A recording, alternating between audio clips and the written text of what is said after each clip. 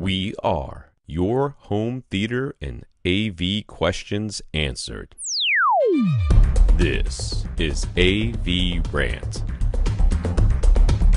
Want your home theater or AV question answered by Tom and Rob? Send it to question@avrant.com.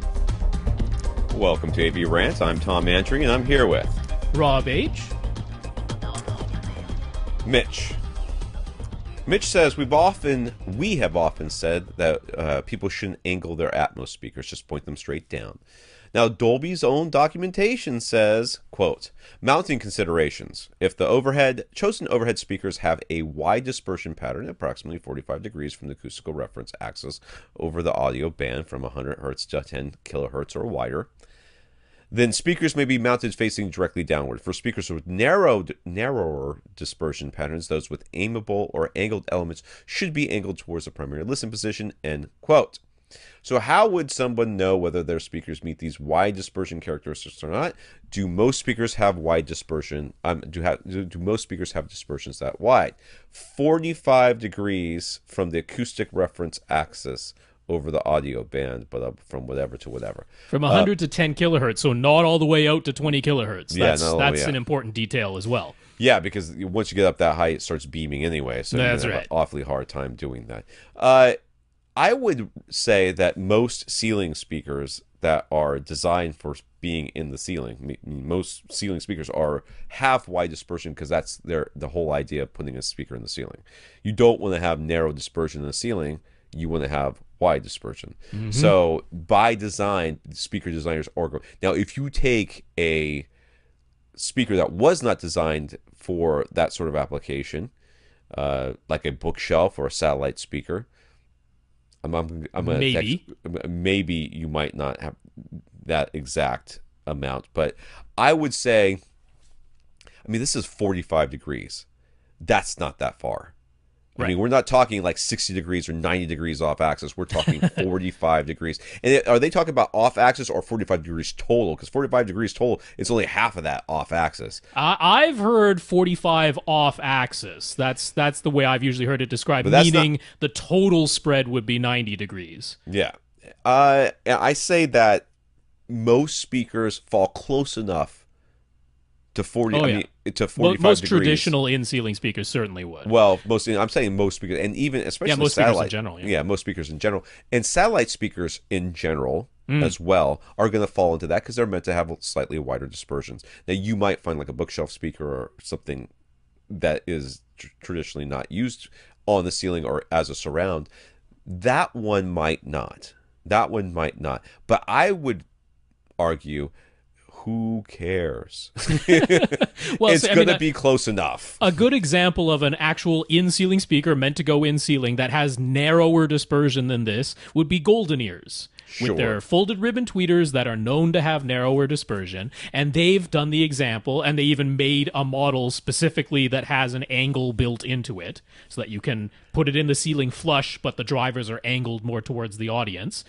They did that exactly for this reason, and Dolby mentioned this sort of thing exactly for that sort of speaker. If you know it has narrower dispersion, then yeah, go ahead and angle it towards the audience because you don't want terrible off-axis response reaching your audience. That's not the goal. But right.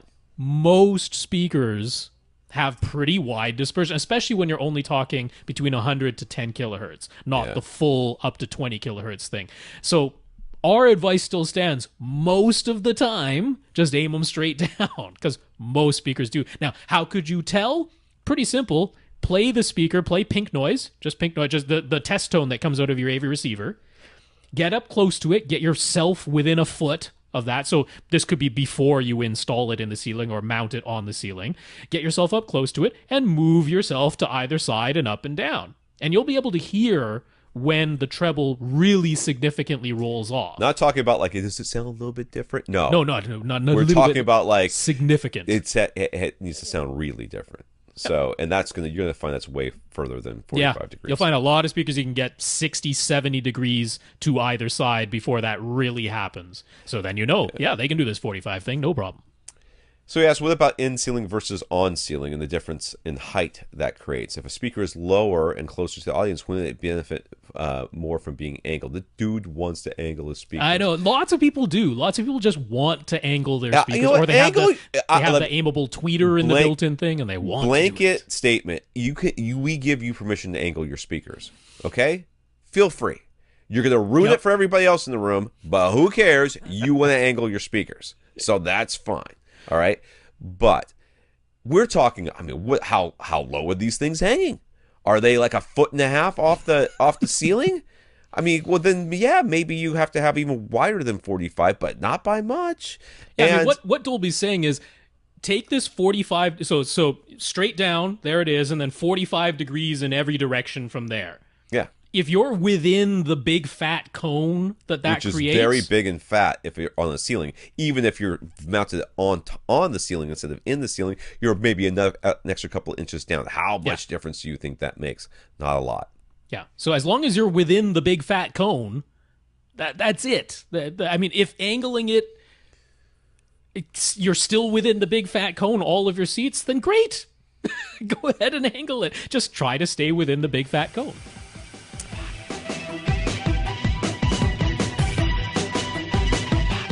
Want your question answered? Send it to question@avrant.com.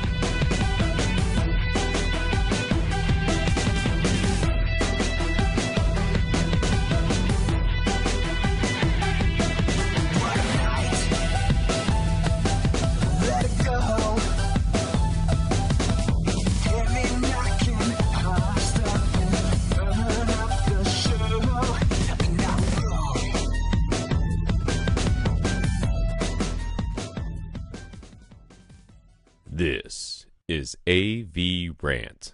Now go out and listen to something.